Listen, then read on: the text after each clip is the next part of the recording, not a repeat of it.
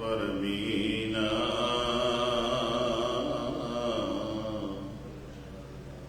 बाहर पेखना ताहूं पीना। हम अंधले अंध बिखै बिखराते क्यों चल हैं गुर चाली। सतगुर दया करे सुख दाता हम लावे आपन पाली।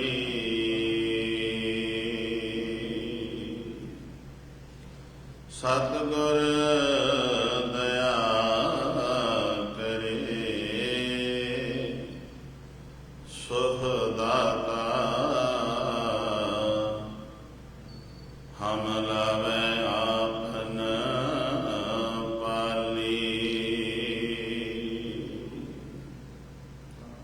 राधान रास पानान पान देवान देव उपमा महान सबर छतर तख्त दे मालक गति दे विराजमान शब्दा अवतार सतगुरु दत्त दो धन धन साहिब श्री गुरु ग्रंथ साहिब महाराज।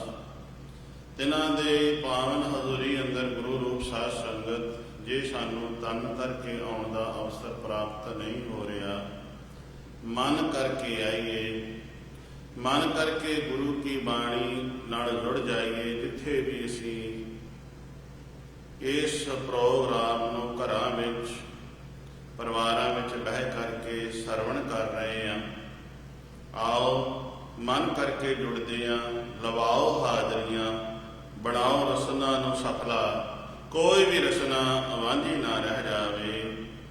वाहिगुरू जी का खालसा वाहिगुरू जी की फतेह। गुरु रूप साध संगत हुणे ही आप जी नूं गुरु के कीर्तनीए गुरु की बाणी बड़ी रस भिन्नी आवाज विच बड़े आनंद दे नाल गायन करके सुना रहे सन। शब्द तिन्हां ने पढ़े, रहत आवर किश आवर कमावत मन नहीं प्रीत मुखो गंड लावत। आप जी नूं शब्द सरवण कराया गुरु रामदास महाराज जी का, गुर सिख मीत चलो गुर चाली। आप जी नूं सरवण शब्द कराया रहनी रहे सोई सिख मेरा, ओ साहिब मैं उसका चेहरा।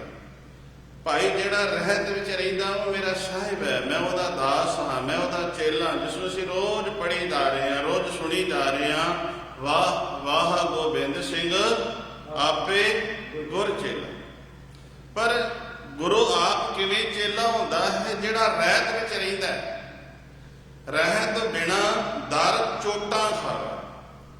जिहड़ा रहत विच नहीं रहिंदा दर बेदर दा के ठोकरा खांदा फिरदा है। रहत बिना सुख कबहू ना लहै, तां ते रहत सो दृढ़ कर रह। तां ही मेरे पातशाह ने ये रहत जिहड़ी है ना सानू दृढ़ करवाई है। साडे अंदर इस रहत नूं सतगुरु जी ने दर्शाया है, बाणी राही बाणे राही दर्शाया है भी जिहड़ा रहत विच रहिंदा है असल विच मेरा सिख ओही। मैनू सिखा तेरी सिक्खी नाल प्यार तां है जे तू रहत विच है। जिवें एक दुनियावी पिता कह दिंदा पुੱਤ मैनू निरा तेरा चम प्यारा नहीं, मैनू तेरा कम प्यारा है। कलगियां वाले भी पातशाह कहते ने सिखा मैनू तेरी सिक्खी नाल मैनू तेरी रहत नाल प्यार। जे तू रहत विच है तां तेरा ते मेरा कोई भी भेद नहीं है। हुणे भाई साहब जी ने आप जी नूं ये बचन सुनाए गुरु की बाणी विचों, आत्म रसो जानही सो है खालस देव, प्रभ मैं मोह मैं ताश मैं रंचक नाहिन भेद। मेरे विच ते उस विच रंचक तो भाव है रता जिन्ना भी भेद नहीं है, रता जिन्ना भी फर्क नहीं है। जे वो रहत विच रहिंदा है तां रहनी रहे सोई सिख मेरा। ते आप जी नाल ये बचन भी साझे करते आ रहे हैं। खालसा ਜਿਹੜਾ ਹੈ ਗੁਰੂ ਦਾ ਖਾਸ ਰੂਪ ਹੈ। ਇੰਨਾ ਖਾਸ ਹੈ ਕਿ ਖਾਲਸੇ ਵਿੱਚ ਤੇ ਗੁਰੂ ਵਿੱਚ ਕੋਈ ਵੀ ਫਰਕ ਨਹੀਂ ਹੈ। ਖਾਲਸਾ ਅਕਾਲ ਪੁਰਖ ਕੀ ਫੌਜ। ਜਿਸੀਂ ਆਪਾਂ ਪੜ੍ਹਦੇ ਹਾਂ ਸਤਿਗੁਰ ਨਾਨਕ ਪ੍ਰਗਟਿਆ ਮਿਟੀ ਧੁੰਦ ਜਗ ਚਾਨਣ ਹੋਆ। ਪਾਸ਼ਾ ਆਪ ਕਹਿੰਦੇ ਨੇ ਖਾਲਸਾ ਅਕਾਲ ਪੁਰਖ ਕੀ ਫੌਜ ਪ੍ਰਗਟਿਓ ਖਾਲਸਾ। ਇਹ ਖਾਲਸੇ ਦਾ ਜਨਮ ਨਹੀਂ ਹੋਇਆ। ਆਪਾਂ ਕਹਿੰਦੇ ਹਾਂ ਖਾਲਸੇ ਦਾ ਸਿਰਜਣਾ ਦਿਨ ਜਾਂ ਜਨਮ ਦਿਹਾੜਾ ਜਾਂ ਸਿਰਜਣਾ ਦਿਨ ਆਪਾਂ ਆਪ ਜ਼ਿਆਦਾ ਅਸੀਂ ਇਹੋ ਹੀ ਬੋਲਦੇ ਹਾਂ, ਮੇਰੇ ਸਮੇਤ ਅਸੀਂ ਸਾਰੇ ਹੀ ਬੋਲਦੇ ਹਾਂ। ਪਰ ਜੇ ਗੁਰੂ ਸਾਹਿਬ ਜੀ ਦੀ ਬੋਲੀ ਵਿੱਚ ਬੋਲੀਏ ਤੇ ਗੁਰੂ ਸਾਹਿਬ ਜੀ ਕਹਿੰਦੇ ਨੇ ਮੈਂ ਖਾਲਸੇ ਨੂੰ ਪ੍ਰਗਟ ਕੀਤਾ ਹੈ। ਗੁਰੂ ਨਾਨਕ ਸਾਹਿਬ ਜੀ ਇਹ ਕਹਿੰਦੇ ਨੇ ਸਤਿਗੁਰ ਜਨਮੈ ਕਵਨ ਮਟਾਇਆ। ਇਹ ਬਾਣੀ ਗੁਰੂ ਨਾਨਕ ਸਾਹਿਬ ਜੀ ਦੀ ਹੈ। ਤੇ ਵੇਖੋ ਇਹ ਨੀਂਹ ਜਿਹੜੀ ਹੈ ਗੁਰੂ ਨਾਨਕ ਤੋਂ ਹੀ ਰੱਖੀ ਗਈ। ਸਤਿਗੁਰ ਜਨਮੈ ਕਵਨ ਮਟਾਇਆ। ਜਦੋਂ ਗੁਰੂ ਦੇ ਘਰ ਵਿੱਚ ਜਨਮ ਹੁੰਦਾ ਹੈ ਤੇ ਉਹਦੀ ਜਾਤ ਪਾਤ ਉਹਦੇ ਸਾਰੇ ਹੀ ਕੁੱਲ ਰਹਿਤ ਜਦੋਂ ਵਿੱਚ ਆ ਜਾਂਦਾ ਹੈ ਉਹਦੀ ਸਾਰੀ ਨਾਸ਼ ਹੋ ਜਾਂਦੀ ਹੈ। ਕੇਵਲ ਤੇ ਕੇਵਲ ਉਹ ਗੁਰੂ ਦਾ ਬਣ ਜਾਂਦਾ ਹੈ। ਫਿਰ ਉਹਦੀ ਕੋਈ ਜਾਤ ਨਹੀਂ, ਉਹਦੀ ਪਾਤ ਨਹੀਂ। ਅੱਜ ਗੁਰੂ ਰੂਪ ਮੈਂ ਇਹ ਸ਼ਬਦ ਮੈਂ ਸ਼ਾਇਦ ਕਈਆਂ ਨੂੰ ਬੁਰਾ ਤੇ ਜ਼ਰੂਰ ਲੱਗੇਗਾ, ਪਰ ਮੈਂ ਬਾਬੇ ਨਾਨਕ ਦੇ ਘਰ ਵਿੱਚ ਬੈਠਾ ਮੈਂ ਗੱਲ ਕਹਿ ਦੇਣਾ। ਅਸੀਂ ਅੱਜ ਵੀ ਆਪਣੇ ਨਾਵਾਂ ਦੇ ਨਾਲ ਨਾਲ ਆਪਣੀਆਂ ਗੋਤਾਂ ਜਾਤਾਂ ਸਾਰਿਆਂ ਨੇ ਲਾਈਆਂ ਹੋਈਆਂ। ਜਦੋਂ ਅਸੀਂ ਕਹਿ ਦਿੰਦੇ ਹਾਂ ਕਿ ਅਸੀਂ ਗੁਰੂ ਗੋਬਿੰਦ ਸਿੰਘ ਸਾਹਿਬ ਮਹਾਰਾਜ ਦੇ ਸਿੱਖ ਹਾਂ, ਅਸੀਂ ਗੁਰੂ ਗੋਬਿੰਦ ਸਿੰਘ ਸਾਹਿਬ ਮਹਾਰਾਜ ਦੀ ਸਿੱਖੀ ਨੂੰ ਗ੍ਰਹਿਣ ਕਰ ਲਿਆ ਹੈ, ਅਸੀਂ ਖੰਡੇ ਬਾਟੇ ਦੀ ਪੌਲ ਲਈ ਹੈ, ਤੇ ਫਿਰ ਸਾਡੀ ਕਿਸੇ ਦੀ ਵੀ ਕੋਈ ਜਾਤ ਪਾਤ ਨਹੀਂ, ਕਿਉਂਕਿ ਫਿਰ ਅਸੀਂ ਇੱਕ ਗੁਰੂ ਗੋਬਿੰਦ ਸਿੰਘ ਸਾਹਿਬ ਮਹਾਰਾਜ ਦੇ ਪੁੱਤਰ। ਇੱਕ ਮਾਤਾ ਸਾਹਿਬ ਕੌਰ ਜੀ ਦੀ ਕੁੱਖ ਵਿੱਚੋਂ ਸਾਡਾ ਇਹ ਜਨਮ ਹੋਇਆ ਹੈ। ਏਕ ਪਿਤਾ ਏਕ ਸਕੇ ਹਮ ਬਾਰਕ ਤੂੰ ਮੇਰਾ ਗੁਰ ਹੈ। ਮੈਂ ਗੱਲ ਰਹਿਤ ਤੇ ਆਉਣੀ ਹੈ ਕਿ ਸਾਹਿਬ ਗੁਰੂ ਅਰਜਨ ਸਾਹਿਬ ਮਹਾਰਾਜ ਦੇ ਪਾਵਨ ਬਚਨ ਪੜ੍ਹ ਰਹੇ ਸਨ। ਗੁਰੂ ਕੇ ਕੀਰਤਨੀਏ ਰਹਿਤ ਆਵਰ ਕਸ਼ ਆਵਰ ਕਮਾਲ। ਜਿਹੜੀ ਬਾਹਰ ਦੀ ਰਹਿਤ ਹੈ, ਬਾਹਰ ਤੋਂ ਭਾਵ ਹੈ ਬਾਹਰ ਦਾ ਜਿਹੜਾ ਲਿਬਾਸ ਹੈ। ਮੇਰੇ ਪਾਤਸ਼ਾਹ ਕਹਿੰਦੇ ਨੇ ਮੈਂ ਦੇਖਿਆ ਗੁਰੂ ਨਾਨਕ ਸਾਹਿਬ ਜੀ ਤੋਂ ਲੈ ਕੇ 10ਵੇਂ ਪਾਤਸ਼ਾਹ ਤੱਕ ਕਿ ਜਿਹੜਾ ਬਾਹਰ ਦੇ ਚਿੰਨ੍ਹ ਨੇ, ਬਾਹਰ ਦੇ ਲਿਬਾਸ ਨੇ, ਧਾਰਮਿਕ ਲਿਬਾਸ ਪਾਇਆ ਹੋਇਆ ਹੈ, ਪਰ ਅੰਦਰ ਕੁਝ ਹੋਰ ਹੈ। ਅੰਦਰੋਂ ਕੁਝ ਹੋਰ ਤੇ ਬਾਹਰੋਂ ਕੁਝ ਹੋਰ ਹੈ। ਜੋ ਸਾਹਿਬ ਜੀ ਨੇ ਗੁਰੂ ਗੋਬਿੰਦ ਸਿੰਘ ਸਾਹਿਬ ਮਹਾਰਾਜ ਆਪ ਕਹਿੰਦੇ ਨੇ ਜਟ ਕੀ ਜਟਾ ਜੋਗ ਕੋ ਮੱਜਨ ਨੇਮ ਕੇ ਨਖਨ ਬਢਾਇਓ। ਗਿਆਨ ਗੁਰੂ ਆਤਮ ਉਪਦੇਸੋ ਨਾਮ ਵਿਭੂਤ ਲਗਾਓ। ਜਟ ਕੀ ਜਟਾ ਜੋਗ ਕੋ ਮੱਜਨ ਨੇਮ ਕੇ ਨਖਨ ਬਢਾਓ। ਮੇਰੇ ਸਾਹਿਬਾਂ ਨੇ ਵੇਖਿਆ ਕਿ ਜਟ ਦੀਆਂ ਜਟਾਵਾਂ ਨਹੀਂ ਰਹਿ ਗਈਆਂ। ਜਟਾਵਾਂ ਉਦੋਂ ਬਣਦੀਆਂ ਨੇ ਜਿਹੜੇ ਸਾਡੇ ਕੇਸ ਨੇ ਨਾ, ਜਦੋਂ ਇਹ ਉਲਝ ਜਾਣ ਇਹ ਰੱਸੀਆਂ ਬਣ ਜਾਂਦੀਆਂ ਨੇ। ਰੱਸੀਆਂ ਜਦੋਂ ਇਹਨਾਂ ਦੇ ਵਿੱਚ ਕੰਘਾ ਨਾ ਫੇਰੀਏ ਇਹ ਰੱਸੀਆਂ ਜੀਆਂ ਬਣ ਜਾਂਦੀਆਂ ਨੇ, ਤੇ ਜਦੋਂ ਰੱਸੀਆਂ ਜੀਆਂ ਬਣ ਜਾਣ ਫਿਰ ਇਹ ਜਟਾਵਾਂ ਦਾ ਰੂਪ ਧਾਰਨ ਕਰ ਲੈਂਦੀਆਂ ਨੇ। ਜਟਾਵਾਂ ਜਿਹੜੀਆਂ ਨੇ ਜਿਹਨੂੰ ਅਸੀਂ ਜਟਾ ਕਹਿੰਦੇ ਆ, ਜਟਾ ਤੋਂ ਅਰਥ ਹੈ ਜੂੜਾ। ਜੋੜੇ ਦੇ ਵਿੱਚ ਕੰਘੇ ਨਾਲ ਨਾ ਸਾਫ਼ ਕਰਕੇ ਬੋੜ ਦਾ ਦੁੱਧ ਪਾ ਕੇ ਲੰਮੀਆਂ ਜੜਾਵਾਂ ਬਣਾ ਕੇ ਬਾਹਰੋਂ ਲਿਬਾਸ ਸਾਧਾਂ ਵਾਲਾ ਧਾਰਨ ਕਰ ਲਿਆ। ਮੇਰੇ ਪਾਤਸ਼ਾਹ ਜੀ ਕਹਿੰਦੇ ਨੇ ਜਟ ਕੀ ਜਟਾ ਜੋਗ ਕੋ ਮੱਜਨ ਨੇਮ ਕੇ ਨਖਨ ਬਢਾਓ। ਨੇਮ ਤੋਂ ਭਾਵ ਹੈ ਇਹ ਬੰਦਿਆ ਜੇ ਤੂੰ ਨੇਮ ਕਰਨਾ ਹੈ ਤੇ ਨੇਮ ਵਧਾ। ਨੇਮ ਕਿਹੜਾ? ਨੌ ਤੇ ਵਧਾਈ ਜਾਂਦਾ ਹੈ। ਵੇਖਿਆ ਕਈਆਂ ਨੇ ਬੜੇ ਬੜੇ ਲੰਮੇ ਨੌ ਵਧਾ ਲਏ, ਕਈਆਂ ਨੇ ਬੋੜ ਦਾ ਦੁੱਧ ਪਾ ਕੇ ਲੰਮੀਆਂ ਜੜਾਵਾਂ ਬਣਾ ਲਈਆਂ, ਲੰਮੇ ਨੌ ਕਰ ਲਏ। ਮੇਰੇ ਪਾਤਸ਼ਾਹ ਕਹਿੰਦੇ ਜੇ ਨੇਮ ਨੌ ਜਿਹੜੇ ਲੰਮੇ ਕਰਨਾ ਹੈ ਨਾ, ਇਹ ਨੇਮ ਵਧਾ, ਜਿਸ ਨੂੰ ਅਸੀਂ ਰੋਜ਼ ਬਾਣੀ ਵਿੱਚ ਪੜ੍ਹਦੇ ਹਾਂ। ਨਿਤ ਪਲੱਸ ਨੇਮ। ਗੁਟਕਾ ਸਾਹਿਬ ਚੁੱਕ ਕੇ ਵੇਖੋ, ਉਹਦੇ ਫਰੰਟ ਤੇ ਪਹਿਲਾਂ ਹੀ ਨੇਮ ਲਿਖਿਆ ਹੋਇਆ, ਨਿਤ ਨੇਮ। ਜਿਹੜਾ ਤੇਰਾ ਨੇਮ ਹੈ ਨਾ ਨਿਤਾ ਪ੍ਰਤੀ ਦਾ, ਉਹਨੂੰ ਵਧਾ, ਉਹ ਘਟੇ ਨਾ ਵੱਧਦਾ ਜਾਵੇ। ਗਿਆਨ ਗੁਰੂ ਆਤਮ ਉਪਦੇਸੋ। ਗਿਆਨ ਗੁਰੂ ਕੀ ਹੈ? ਗਿਆਨ ਹੈ। ਤੇ ਗੁਰੂ ਗਿਆਨ ਜਿਹੜਾ ਹੈ ਉਹ ਆਤਮਾ ਨੂੰ ਉਪਦੇਸ਼ ਦੇ। ਗਿਆਨ ਗੁਰੂ ਹੈ। ਅੱਜ ਅਸੀਂ ਥਾਂ ਥਾਂ ਤੇ ਗੁਰੂ ਬਣਾਈ ਬੈਠੇ ਹਾਂ। ਜਿੰਨੇ ਪਰਿਵਾਰ ਦੇ ਮੈਂਬਰ ਨੇ, ਕਿਸੇ ਦਾ ਹੋਰ ਹੈ, ਕਿਸੇ ਦਾ ਹੋਰ ਹੈ, ਕਲਗੀਆਂ ਵਾਲੇ ਪਾਤਸ਼ਾਹ ਨੇ ਕਿਹਾ ਸੀ, ਜੇ ਰਹਿਤ ਦੀ ਗੱਲ ਕਰੀਏ ਤੇ ਪਾਤਸ਼ਾਹ ਨੇ ਕਿਹਾ ਸੀ, ਸਭ ਸਿੱਖਣ ਕੋ ਹੁਕਮ ਹੈ ਗੁਰੂ ਮਾਨਿਓ ਗ੍ਰੰਥ, ਗਿਆਨ ਗੁਰੂ ਆਤਮ ਉਪਦੇਸੋ। ਫਿਰ ਕਿਹਾ ਨਾਮ ਵਿਭੂਤ ਲਗਾਵੋ। ਨਾਮ ਦੀ ਵਿਭੂਤੀ ਜਿਹੜੀ ਭਾਈ ਤੁਸੀਂ ਸਿਰ ਦੇ ਵਿੱਚ ਸਵਾਹ ਪਾ ਕੇ ਲੰਮੀਆਂ ਜੜਾਵਾਂ ਬਣਾ ਕੇ ਤਨ ਦੇ ਉੱਤੇ ਵਿਭੂਤੀ ਲਾਈ ਹੋਈ ਹੈ, ਉਹ ਜਿਹੜੀ ਵਿਭੂਤੀ ਤਨ ਤੇ ਸਰੀਰ ਤੇ ਨਾਮ ਦੀ ਲਾਓ।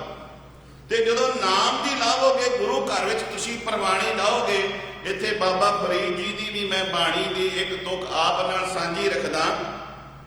ਬਾਬਾ ਫਰੀਦ ਜੀ ਨੇ ਵੀ, ਜੋ ਗੁਰੂ ਸਾਹਿਬ ਗੁਰੂ ਨਾਨਕ ਸਾਹਿਬ ਤੋਂ ਲਗਭਗ 450 ਸਾਲ ਪਹਿਲਾਂ ਆਏ ਨੇ ਇਸ ਸੰਸਾਰ ਦੇ ਵਿੱਚ, ਉਹਨਾਂ ਨੇ ਵੀ ਕਿਹਾ, ਫਰੀਦਾ ਕੰਨ ਮਸੁੱਲਾ ਸੋਫ ਗਲ ਦਿਲ ਕਾਤੀ ਗੋੜਵਾ, ਬਾਹਰ ਦਿਸ਼ਾ ਚਾਨਣਾ ਦਿਲ ਅੰਧਿਆਰੀ ਰਾਤ। ਕੰਨ ਤੋਂ ਭਾਵ ਹੈ ਮੋਢਾ, ਮੁਸੱਲਾ ਉਸ ਨੂੰ ਕਹਿੰਦੇ ਨੇ ਜਿਹੜੇ ਸਾਡੇ ਮੁਸਲਮਾਨ ਵੀਰ ਸਫਾ ਕਹਿ ਲੋ, ਥੋੜੀ ਕਹਿ ਲੋ, ਜਿਸ ਉੱਤੇ ਖਲੋ ਕੇ ਬਹਿ ਕੇ ਉਹ ਆਪਣੀ ਜਿਹੜੀ ਨਮਾਜ਼ ਅਦਾ ਕਰਦੇ ਨੇ। ਬਾਬਾ ਫਰੀਦ ਜੀ ਕਹਿੰਦੇ ਨੇ ਕੰਧੇ ਦੇ ਉੱਤੇ ਮੁਸੱਲਾ ਚੱਕਿਆ ਹੈ ਮੈਂ, ਕੰਨ ਮੁਸੱਲਾ ਸੂਫ ਗਲ ਦੇ ਵਿੱਚ ਜਿਹੜੀ ਹੈ ਪਸ਼ਮ ਦੀ ਕੰਬਲੀ ਬਸਤਰ ਜਿਹੜੇ ਨੇ ਉਹ ਪਾਏ ਨੇ। ਕੰਨ ਮੁਸੱਲਾ ਸੂਫ ਗਲ ਦੇ ਵਿੱਚ ਲਿਬਾਸ ਸਾਧਾਂ ਵਾਲਾ ਹੈ, ਭਗਵਾ ਹੈ, ਰੱਬ ਨਾਲ ਜੁੜਿਆ ਹੋਇਆ ਹੈ, ਦਿਸਦਾ ਪਰ ਅੰਦਰੋਂ ਨਹੀਂ। ਦਿਲ ਦੇ ਵਿੱਚ ਕਾਤੀ ਤੋਂ ਭਾਵ ਹੈ ਕੈਂਚੀਆਂ ਚੱਲ ਰਹੀਆਂ ਨੇ, ਵਿਸ਼ੇ ਵਿਕਾਰਾਂ ਦੇ ਜਿਹੜੇ ਨੇ ਬਲਵਲੇ ਉੱਠ ਰਹੇ ਨੇ, ਕਈ ਤਰ੍ਹਾਂ ਦੇ ਬਲਵਲੇ ਉੱਠ ਰਹੇ ਨੇ। ਤਾਂ ਮੇਰੇ ਸਾਹਿਬਾਂ ਨੇ ਕਿਹਾ, ਗ੍ਰਹਿ ਤਜ ਬਨ ਖੰਡ ਜਾਈਐ ਚੁਨ ਖਾਈਐ ਕੰਦਾ, ਅਜੋਂ ਬੇਕਾਰ ਨਾ ਸੋਡਈ ਪਾਪੀ ਮਨ ਮੰਦਾ। ਗ੍ਰਹਿ ਮਿੰਸ ਘਰ ਨੂੰ ਛੱਡਿਆ, ਪਰਿਵਾਰ ਛੱਡਿਆ, ਸੰਸਾਰ ਛੱਡਿਆ, ਜੰਗਲਾਤ ਦੇ ਵਿੱਚ, ਜੰਗਲਾਂ ਵਿੱਚ, ਖੁੰਦਰਾਂ ਵਿੱਚ ਜਾ ਕੇ ਬਹਿ ਗਏ, ਪਰ ਮਨ ਜਿਹੜਾ ਉਹ ਨਿਰਮਲ ਨਾ ਹੋਇਆ, ਮਨ ਜਿਹੜਾ ਪਵਿੱਤਰ ਨਾ ਹੋਇਆ। ਸਰੀਰ ਨੂੰ ਤਪਾਉਣ ਦੇ ਨਾਲ ਮੇਰੇ ਮਾਲਕ ਨੇ ਕਿਹਾ ਨਹੀਂ ਗੱਲ ਬਣਨੀ। ਤਨ ਨਾ ਤਪਾਏ ਤਨੂਰ ਜਿਉ, ਬਾਲਣ ਹੱਡ ਨਾ ਬਾਲ, ਸਿਰ ਪੈਰੀ ਕਿਆ ਫੇੜਿਆ, ਅੰਦਰ ਫਿਰੀ ਨਿਹਾਲ। ਅੰਦਰੋਂ ਵੇਖ ਉਸ ਪ੍ਰਮਾਤਮਾ ਨੂੰ, ਅੰਦਰ ਤੇਰੇ ਉਹ ਪ੍ਰਮਾਤਮਾ ਵਸਦਾ ਹੈ, ਅੰਦਰ ਨਾਲ ਜੋੜਿਆ, ਬਾਹਰ ਨਾਲ ਫਿਰ ਜੋੜਦੇ ਨੇ ਮੇਰੇ ਮਾਲਕ।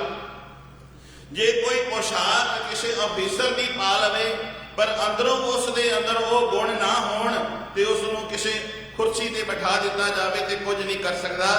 ਜੇ ਇੰਜੀਨੀਅਰ ਜਾਂ ਡਾਕਟਰ ਦਾ ਲਿਬਾਸ ਪਾ ਲਵੇ ਪਰ ਅੰਦਰੋਂ ਉਸਨੇ ਉਸ ਦੀ ਵਿਦਿਆ ਨੂੰ ਪ੍ਰਾਪਤ ਨਹੀਂ ਕੀਤਾ ਤੇ ਕਿਸੇ ਮੰਜ਼ਿਲ, ਕਿਸੇ ਮੁਕਾਮ ਤੇ ਪਹੁੰਚ ਨਹੀਂ ਸਕਦਾ। ਹਾਂ, ਜੇ ਉਹ ਡਾਕਟਰ ਹੋਵੇ, ਅਫੀਸਰ ਹੋਵੇ, ਪਰ ਅੰਦਰ ਉਹਦੇ ਉਹ ਗੁਣ ਹੋਣ ਤੇ ਹਾਂ ਸ਼ਾਇਦ ਸਿਵਲ ਵਰਦੀ ਵਿੱਚ ਵੀ ਤੁਰਿਆ ਫਿਰਦਾ ਹੋਵੇ, ਉਹ ਆਪਣੇ ਉਸ ਕਾਰਜ ਨੂੰ ਪੂਰਾ ਕਰ ਸਕਦਾ ਹੈ। ਕਈ ਵਾਰੀ ਸਿਵਲ ਵਰਦੀ ਵਿੱਚ ਵੀ ਕੋਈ ਲੋਕ ਕਈ ਕੰਮ ਕਰ ਜਾਂਦੇ ਨੇ, ਪਰ ਜਿਹੜੀ ਇੱਕ ਪੋਸ਼ਾਕ ਹੈ ਇਹ ਇੱਕ ਮੈਸੇਜ ਦਿੰਦੀ ਹੈ ਕਿ ਇਸ ਅਹੁਦੇ ਦਾ ਇਹ ਮਾਲਕ ਹੈ। ਪਹਿਲਾਂ ਸਤਿਗੁਰੂ ਜੀ ਸਾਨੂੰ ਅੰਦਰੋਂ ਜੋੜਦੇ ਨੇ। ਮੇਰੇ ਪਾਤਸ਼ਾਹ ਜੀ ਦੀ ਬਾਣੀ ਕਿਆ, ਜਟਾ ਮੁਕਟ ਤਨ ਭਸਮ ਲਗਾਈ, ਬਸਤਰ ਛੋੜ ਤਨ ਨਗਨ ਭਇਆ। ਜਟਾ ਭਾਵ ਚਟਾਵਾਂ ਦੇ ਸਿਰ ਦੇ ਵਿੱਚ ਜਿੱਥੇ ਮੁਕਟ ਰੱਖਣ ਵਾਲੀ ਇਹ ਥਾਂ ਹੈ, ਗੁਰੂ ਸਾਹਿਬ ਜੀ ਨੇ ਸਾਡੇ ਸੀਸ ਤੇ ਮੁਕਟ ਰੱਖਿਆ। ਮੁਕਟ ਮੀਨਸ ਇਹ ਦਸਤਾਰ। ਗੁਰੂ ਸਾਹਿਬ ਜੀ ਨੇ ਜਿਹੜੇ ਸਾਨੂੰ ਦਸਤਾਰ ਦਿੱਤੀ ਹੈ, ਗੁਰੂ ਰੂਪ ਸਾਧ ਸੰਗਤ, ਇਹ ਕੇਵਲ ਸਿਰ ਢੱਕਣ ਦਾ ਜ਼ਰੀਆ ਨਹੀਂ ਹੈ। ਇਹ ਦਸਤਾਰ ਸਾਡੇ ਸਿੱਖ ਲਈ, ਸਿੱਖ ਦਾ ਸਤਿਕਾਰ ਹੈ, ਇਹ ਸਿੱਖ ਦੀ ਪਛਾਣ ਹੈ। ਸਿੱਖ ਦੀ ਪਛਾਣ ਇਸ ਦਸਤਾਰ ਦੇ ਨਾਲ ਹੁੰਦੀ ਹੈ। ਦਸਤਾਰ ਹੋਵੇ ਸਿਰ ਤੇ, ਮੁਖ ਤੇ ਦਾੜਾ ਹੋਵੇ, ਸਾਬਤ ਸੂਰਤ ਹੋਵੇ, ਕਿਸੇ ਨੂੰ ਆਖਣ ਦੀ ਲੋੜ ਨਹੀਂ, ਆਟੋਮੈਟਿਕਲੀ ਪਤਾ ਲੱਗ ਜਾਂਦਾ ਹੈ ਕਲਗੀਆਂ ਵਾਲੇ ਸਾਹਿਬ ਸ੍ਰੀ ਗੁਰੂ ਗੋਬਿੰਦ ਸਿੰਘ ਸਾਹਿਬ ਮਹਾਰਾਜ ਦਾ ਸਿੱਖ ਤੁਰਿਆ ਜਾਂਦਾ ਹੈ।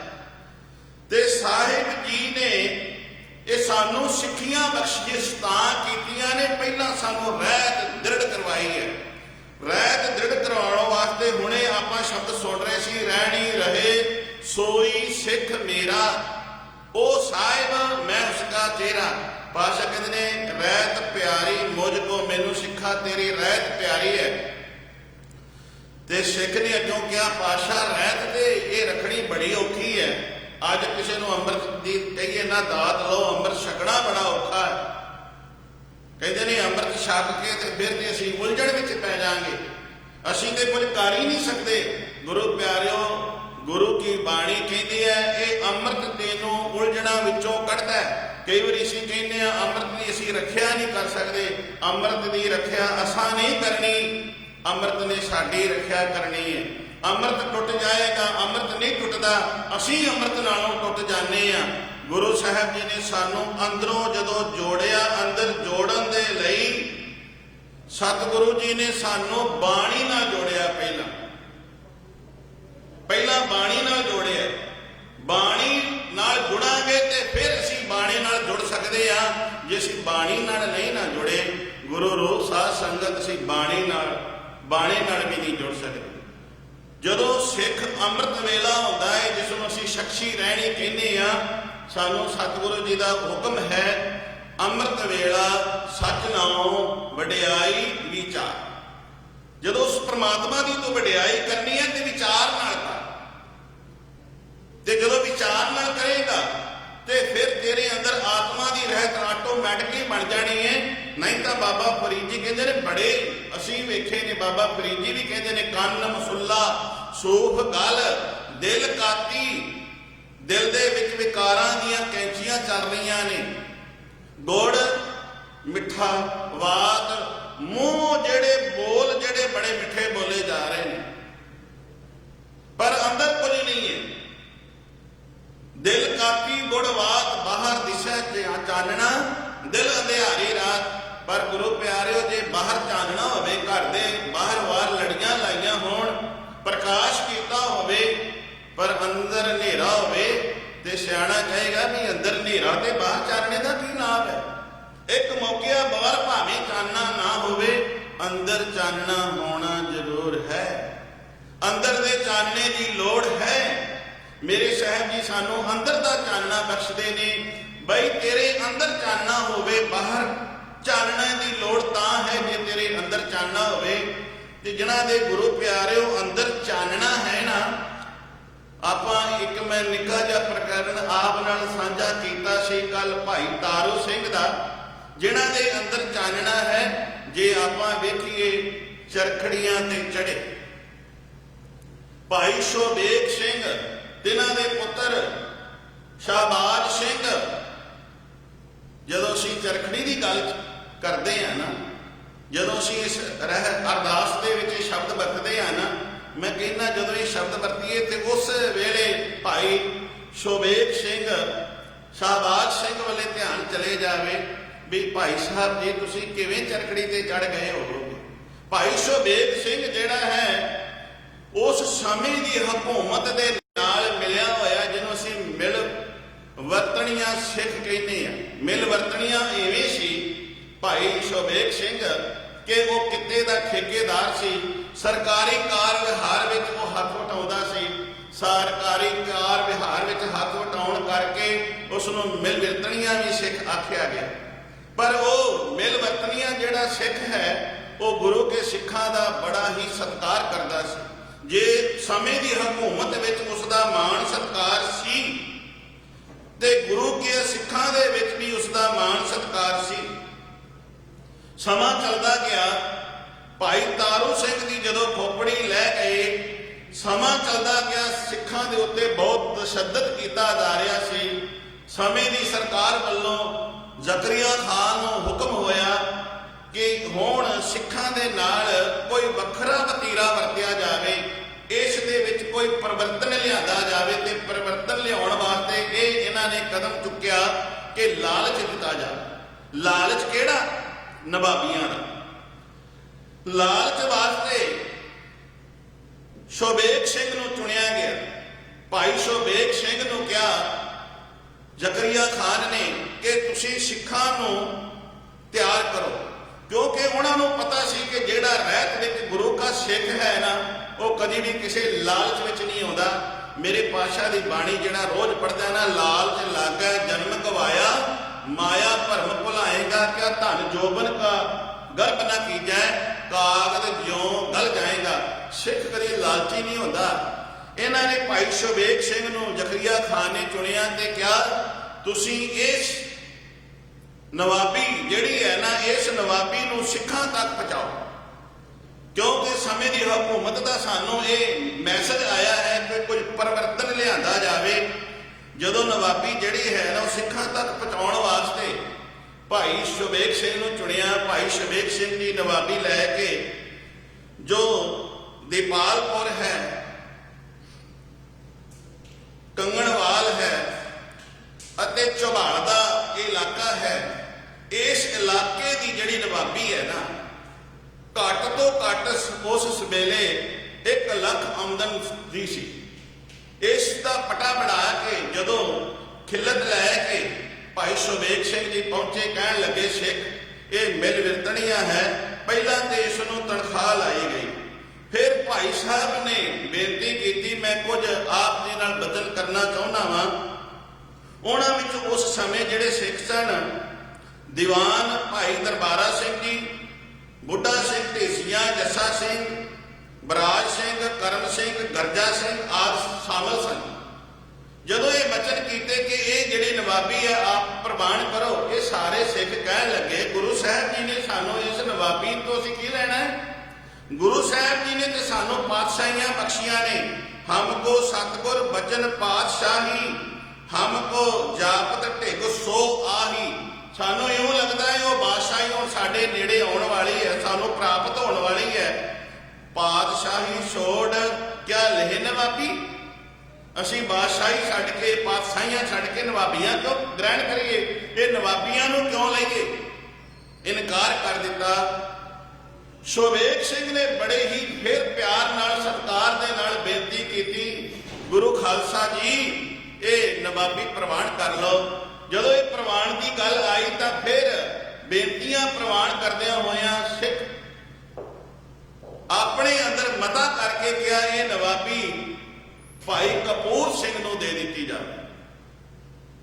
ਭਾਈ ਸਾਹਿਬ ਨੂੰ ਜਿਹੜੇ ਘੋੜਿਆਂ ਦੀ ਲਿੱਦ ਦੀ ਸੇਵਾ ਕਰਦੇ ਨੇ, ਜਿਹੜੇ ਖਰਕਣਾ ਮਾਰਦੇ ਨੇ, ਹੋਰ ਸੇਵਾਵਾਂ ਵਿੱਚ ਜਿਹੜੇ ਦਿਨੇ ਰਾਤ ਜੁੜੇ ਰਹਿੰਦੇ ਨੇ, ਭਾਈ ਸਾਹਿਬ ਨੇ ਕਿਹਾ ਇਹ ਨਵਾਬੀ ਮੈਂ ਨਹੀਂ ਪ੍ਰਮਾਣ ਕਰ ਸਕਦਾ, ਕਿਉਂਕਿ ਨਵਾਬ ਜਿਹੜਾ ਹੈ ਨਾ ਉਹ ਸੇਵਾ ਨਹੀਂ ਕਰਦਾ।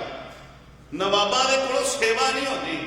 ਗੁਰੂ ਮਹਾਰਾਜ ਨੇ ਮੈਨੂੰ ਆਪਣੇ ਘੋੜਿਆਂ ਦੀ ਲਿੱਦ ਚੁੱਕਣ ਦੀ ਸੇਵਾ ਦਿੱਤੀ ਹੈ, ਇਸ ਕਰਕੇ ਮੈਂ ਸੇਵਾ ਨਹੀਂ ਛੱਡ ਸਕਦਾ, ਮੈਂ ਨਵਾਬੀ ਨਹੀਂ ਪ੍ਰਮਾਣ ਨਹੀਂ ਕਰਦਾ। ਭਾਈ ਸਾਹਿਬ ਨੂੰ ਫਿਰ ਕਿਹਾ ਗਿਆ।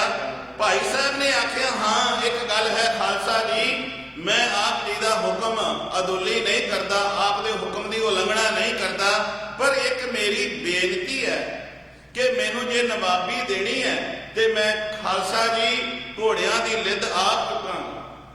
ਘੋੜਿਆਂ ਦੀ ਲਿੱਦਾਂ ਦੀਆਂ ਸਫਾਈਆਂ ਜਿਹੜੀਆਂ ਨੇ ਇਹ ਮੈਂ ਆਪ ਕਰਾਂਗਾ। ਖਾਲਸੇ ਨੇ ਪ੍ਰਵਾਨ ਕਰ ਲਿਆ।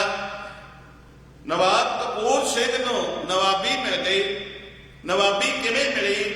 ਜਿਹੜਾ ਆਪਾਂ ਪੰਜਾਂ ਪਿਆਰਿਆਂ ਦੀ ਹੁਣ ਆਪਾਂ ਗੱਲ ਕਰਨੀ ਹੈ, ਖਾਲਸਾ ਪ੍ਰਗਟ ਹੋਣ ਦੀ ਗੱਲ ਕਰਨੀ ਹੈ, ਉਹਨਾਂ ਪੰਜਾਂ ਪਿਆਰਿਆਂ ਦੇ ਚਰਨਾਂ ਨਾਲ ਛੁਹਾ ਕੇ ਨਵਾਬ ਕਪੂਰ ਸਿੰਘ ਨੂੰ ਨਵਾਬੀ ਦੇ ਦਿੱਤੀ ਗਈ।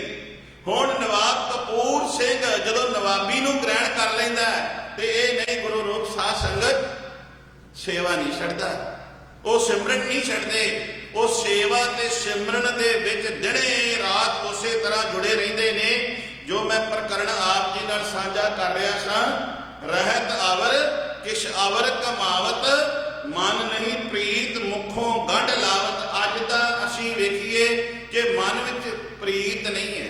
ਪ੍ਰੀਤ ਕਿਉਂ ਨਹੀਂ? ਗੁਰੂ ਦੇ ਉੱਪਰ ਸਾਨੂੰ ਪ੍ਰਤੀਤ ਨਹੀਂ। ਪ੍ਰਤੀਤ ਤੇ ਪ੍ਰੀਤ, ਪ੍ਰਤੀਤ ਜਦੋਂ ਸਾਡੇ ਕੋਲ ਹੋਵੇਗੀ, ਜਦੋਂ ਸਾਨੂੰ ਪ੍ਰਤੀਤ ਹੋਵੇਗੀ ਤਾਂ ਹੀ ਗੁਰੂ ਨਾਲ ਪ੍ਰੀਤ ਪੈ ਸਕਦੀ ਹੈ। ਪ੍ਰਤੀਤ ਕਿਹਨੂੰ ਕਹਿੰਦੇ ਨੇ? ਭਰੋਸਾ, ਦਿਲ ਵਿਸ਼ਵਾਸ।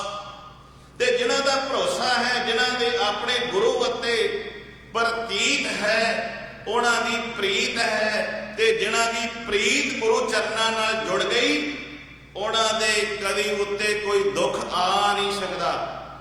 ਉਹ ਹਮੇਸ਼ਾ ਹੀ ਚੜ੍ਹਦੀ ਕਲਾ ਵਿੱਚ ਰਹਿੰਦਾ ਹੈ। ਜੋ ਬੀਕਾਨੇਰਾਂ ਦੇ ਜੰਗਲਾਂ ਦੇ ਵਿੱਚ ਹੋਵੇ, ਜੇ ਉਹ ਭੁੱਖਾ ਹੋਵੇ ਤੇ ਕਹਿੰਦਾ ਹੈ ਮੈਂ ਕੜਾਕੇ ਵਿੱਚ ਹਾਂ ਅੱਜ। ਜੇ ਮੁੱਠ ਬਦਾਮਾਂ ਦੀ ਛਕੀ ਹੋਵੇ, ਛੋਲਿਆਂ ਦੀ ਛਕੀ ਹੋਵੇ ਤੇ ਕਹਿ ਦਿੰਦਾ ਮੁੱਠ ਛੋਲਿਆਂ ਦੀ ਖਾ ਕੇ ਅੱਜ ਸਿੰਘਾਂ ਨੇ ਬਦਾਮ ਛਕੇ ਨੇ। ਗੁਰੂ ਰੂਪ ਸਾਧ ਸੰਗਤ, ਅੱਜ ਵੇਖੋ ਅਸੀਂ ਨਾਨਾ ਪ੍ਰਕਾਰ ਦੇ ਪਦਾਰਥ ਛਕ ਕੇ, ਪਰ ਅੱਜ ਅਸੀਂ ਫਿਰ ਵੀ ਗੁਰੂ ਦੇ ਗੁਣ ਨਹੀਂ ਕਰ ਸਕਦੇ, ਗੁਰੂ ਦੀ ਉਸਤਤ ਵਿੱਚ ਨਹੀਂ ਜੁੜ ਸਕਦੇ। ਨਾਨਾ ਪ੍ਰਕਾਰ ਦੇ ਮਾਲਕ ਨੇ ਸਾਨੂੰ ਸੁੱਖ ਸਹੂਲਤਾਂ ਦਿੱਤੀਆਂ ਨੇ। ਪ੍ਰਸੰਗ ਇਹ ਚੱਲ ਰਿਹਾ ਹੈ, ਰਹਿਤ ਆਵਰ ਕਿਛ ਆਵਰ ਕਮਾਵਤ।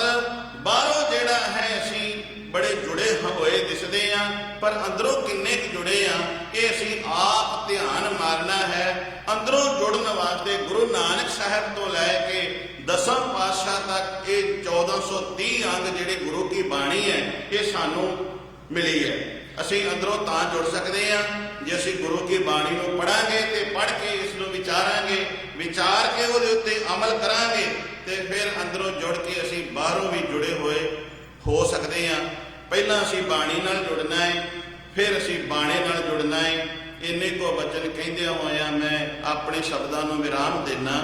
ਇਸੋਂ ਹੀ ਇਹ ਮੈਂ ਜਿਹੜਾ ਇਹ ਸਾਕਾ ਸ਼ੁਰੂ ਕੀਤਾ ਹੋਇਆ ਹੈ, ਕੱਲ ਮੈਂ ਭਾਈ ਤਾਰੂ ਸਿੰਘ ਜੀ ਦਾ ਲਿਆ ਸੀ, ਅੱਜ ਮੈਂ ਸ਼ਾਹਬਾਜ਼ ਸਿੰਘ, ਸ਼ੋਬੇਕ ਸਿੰਘ, ਦੋਵੇਂ ਪਿਓ ਪੁੱਤਰਾਂ ਦਾ ਕਿਵੇਂ ਉਹ ਚਰਖੜੀ ਤੇ ਚੜ੍ਹਦੇ ਨੇ। ਚਰਖੜੀ ਕਿਹਨੂੰ ਕਹਿੰਦੇ ਨੇ ਤੇ ਚਰਖੀ ਕਿਹਨੂੰ ਕਹਿੰਦੇ ਨੇ, ਕਿਵੇਂ ਤੁੰਬੇ ਤੁੰਬੇ ਉਹਨਾਂ ਦੇ ਉਡਾਏ ਜਾਂਦੇ ਨੇ ਤੇ ਉਹ ਕੀ ਅੱਗੋਂ ਮਾਰਦੇ ਨੇ। ਇਹ ਰਹਿਤ ਦੀ ਗੱਲ ਹੈ। ਜਿਨ੍ਹਾਂ ਨੇ ਰਹਿਤ ਰੱਖੀ ਉਹ ਗੁਰਾਂ ਦੇ ਨਾਲ ਉਹਨਾਂ ਦੀ ਪ੍ਰੀਤ ਕਿਹੋ ਜੀ ਸੀ, ਕਿਉਂਕਿ ਉਹ ਪ੍ਰਤੀਤ ਵਿੱਚ ਪੂਰੇ ਸਨ। ਵਾਹਿਗੁਰੂ ਜੀ ਕਾ ਖਾਲਸਾ, ਵਾਹਿਗੁਰੂ ਜੀ ਕੀ ਫਤਿਹ। ਆਵਸ਼ਕਤਾ ਦੇ ਨਾਲ ਇਤਿਹਾਸ ਦੇ ਵਿੱਚੋਂ ਸਾਂਝ ਪਾ ਰਹੇ ਸਨ ਸਤਿਕਾਰਯੋਗ ਗਿਆਨੀ ਦਿਲਬਾਗ ਸਿੰਘ ਜੀ, ਹੈੱਡ ਗ੍ਰੰਥੀ ਗੁਰਦੁਆਰਾ ਸੀਸਗੰਜ ਸਾਹਿਬ ਦਿੱਲੀ ਵਾਲੇ, ਬਹੁਤ ਬਹੁਤ ਧੰਨਵਾਦ ਸਮਝਦੀਆਂ ਸੰਗਤਾਂ ਵੱਲੋਂ। ਉਹਨਾਂ ਦਾ ਵਿਸ਼ਾ ਸੀ ਰਹਿ ਨਹੀਂ ਰਹਾ ਹੈ ਸੋਈ ਸਿੱਖ ਮੇਰਾ, ਉਹ ਸਾਹਿਬ ਮੈਂ ਉਸਦਾ ਚੇਰਾ। ਇਸ ਵਿਸ਼ੇ ਨੂੰ ਉਹਨਾਂ ਨੇ ਬੜੀ ਬਾਖੂਬੀ ਦੇ ਨਾਲ ਥੋੜ੍ਹੇ ਜਿਹੇ ਸਮੇਂ ਦੇ ਵਿੱਚ ਬਹੁਤ ਕੁਝ ਆਪ ਸੰਗਤਾਂ ਦੇ ਨਾਲ ਸਾਂਝਾ ਕਰਨ ਦਾ ਯਤਨ ਕੀਤਾ। ਹੁਣ ਸਤਿਕਾਰਯੋਗ ਭਾਈ ਜੋਗਾ ਸਿੰਘ ਜੀ ਭਾਗੋਵਾਲੀਆ ਤੇ ਉਹਨਾਂ ਦਾ ਵਿਸ਼ਵੀ ਯਥਾਰਥ ਨੂੰ ਇਤਿਹਾਸ ਨਾਲ ਜੋੜਨਗੇ। ਇਹ ਜੋ ਪ੍ਰੋਗਰਾਮ ਚੱਲ ਰਿਹਾ